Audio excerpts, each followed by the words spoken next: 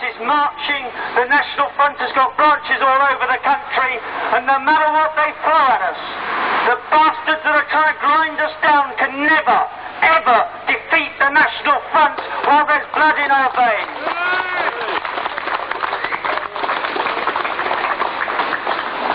Now today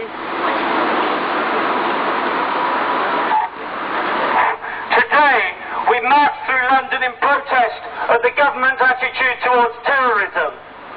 And you may ask yourself, well, what can a few hundred National Front members do about terrorism? And the obvious answer is at the moment there isn't a great deal we can do.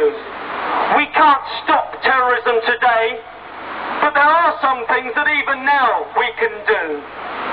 To give you an example, the IRA relies on its supporters in the mainland to recruit further supporters and to generate money for the IRA.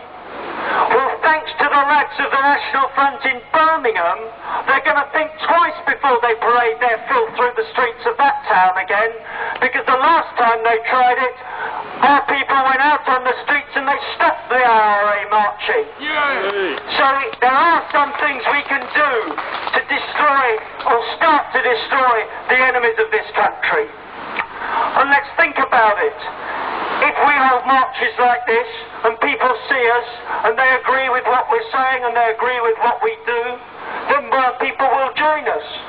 And as we grow, a little bit at a time, then a bit faster, then a bit more, then a few more people join us.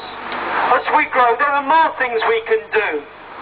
We know, as well as the police round here know, which pubs in Kilburn the IRA collect money at, which building sites in North London, which building sites in Birmingham, which building sites in Liverpool that the IRA henchmen stand outside taking their cut from the workers' wages as they come off those sites.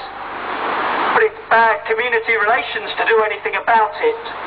But the police might be a bit faster to act if they were told that if you don't stop the IRA collecting in a certain pub, then next Saturday evening there's going to be 500 National Front members protesting outside it. And if you don't stop the IRA collecting off a building site, then there's going to be 2,000 National Front members demonstrating outside it. So we don't have to wait till this party's in power before we can start clamping down on the murderers and the terrorists of the IRA.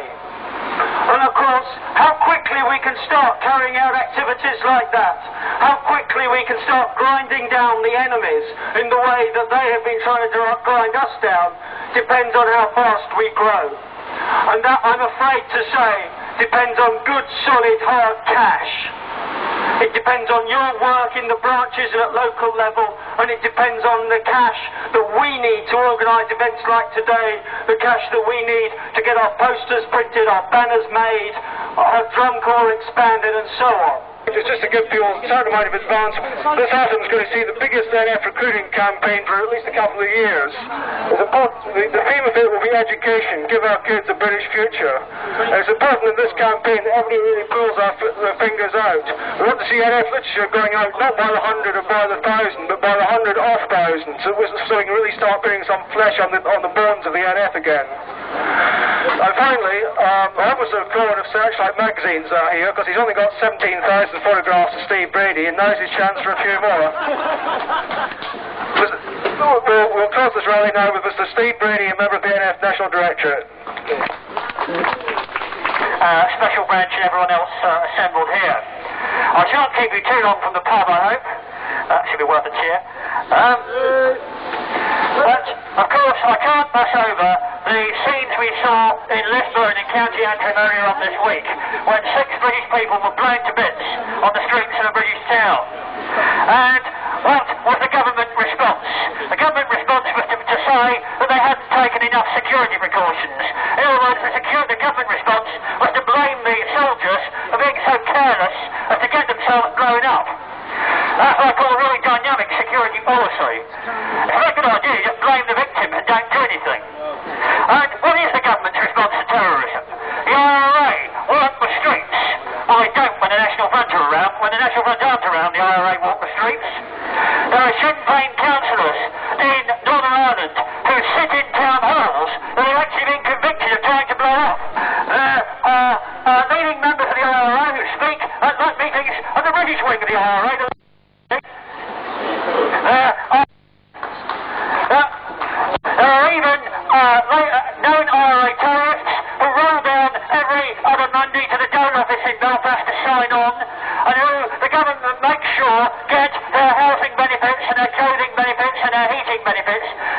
sure the IRA men are tucked up nice and warm and comfy in bed. This is not a security policy, it's a farce. And after Lisbon, all the government can do is say it's the fault of the soldiers for getting themselves blown up. They refuse the demands of their own backbenchers to round up the IRA, and everyone knows the government know who they are. Everyone knows who the leaders of the IRA are. Michael Stone knew who the leaders of the IRA were, and he had a very good go at getting them. Unfortunately, he didn't. All the government has is a ridiculous Anglo-Irish agreement. The agreement with Charles Haughey, the Prime Minister of Ireland, the man who in 1969 ran the first guns to set up the provisional IRA. Charles Haughey, the godfather of the Provos, is the person Maggie wants to talk to about fighting the IRA. Why doesn't she, while she's at it, go and see the craze in Parkhurst about fighting organised crime? The whole thing is ridiculous. Even if the Irish government did want to do something, the Irish police make the Keystone Cops look like the Special Air Service. And they have Irish justices like Mr. Jarlath, whatever his name was, whose attitude when someone is brought before them on an extradition warrant for planting it for a campaign of bombings in Britain, their attitude is, let the poor boy go. How can you be sure now he's the right IRA man? The whole thing is ludicrous. And not only do we have that, whilst the British government is cutting at this, the British government also allows London to be used as the headquarters of another terrorist organisation, the African National Congress. Their headquarters is in Mandela Street. Well, I think North London and Africa got something to say about that. It may be Seahouse Street again before long. But I think the street sign keeps disappearing, however. And when the leader of the African National Congress, Nelson Mandela, a man who was tried and convicted of terrorism, who admitted running a terrorist campaign, who admitted being a communist, when Nelson Mandela had a birthday, what did the government do? They let them use Wembley Stadium for a birthday party. And it put 10 hours of happy birthday near Nelson on the TV. How would we feel if the South Africans had a Jerry Adams birthday party in the Pretoria Stadium and 10 hours of Irish American music on the South African TV? You can bet there'll be ambassadors summoned to Downing Street for getting a telling off. But, of course, it's not only the African National Congress. We already heard about Libya. We heard at length about Libya from Paul Ness, so I'm not going to go into details. The one thing I would say, though, is this, that Libya's activities in London weren't stopped when they gently escorted the People's Bureau onto the plane after they killed and murdered a British policewoman. There are thousands and thousands of Libyan so-called students wandering around this country, and what most of them are studying is how to blow you all up.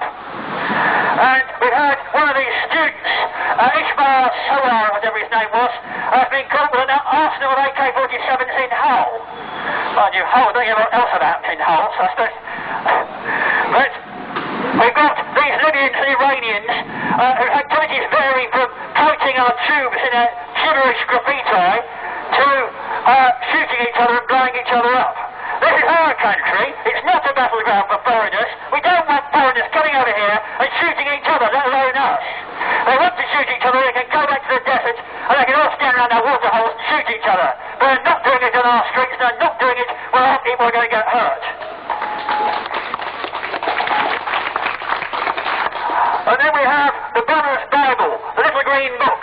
The little green book of Colonel Gaddafi, which on page 804 says the blacks will prevail in the world. So you know what side he's on.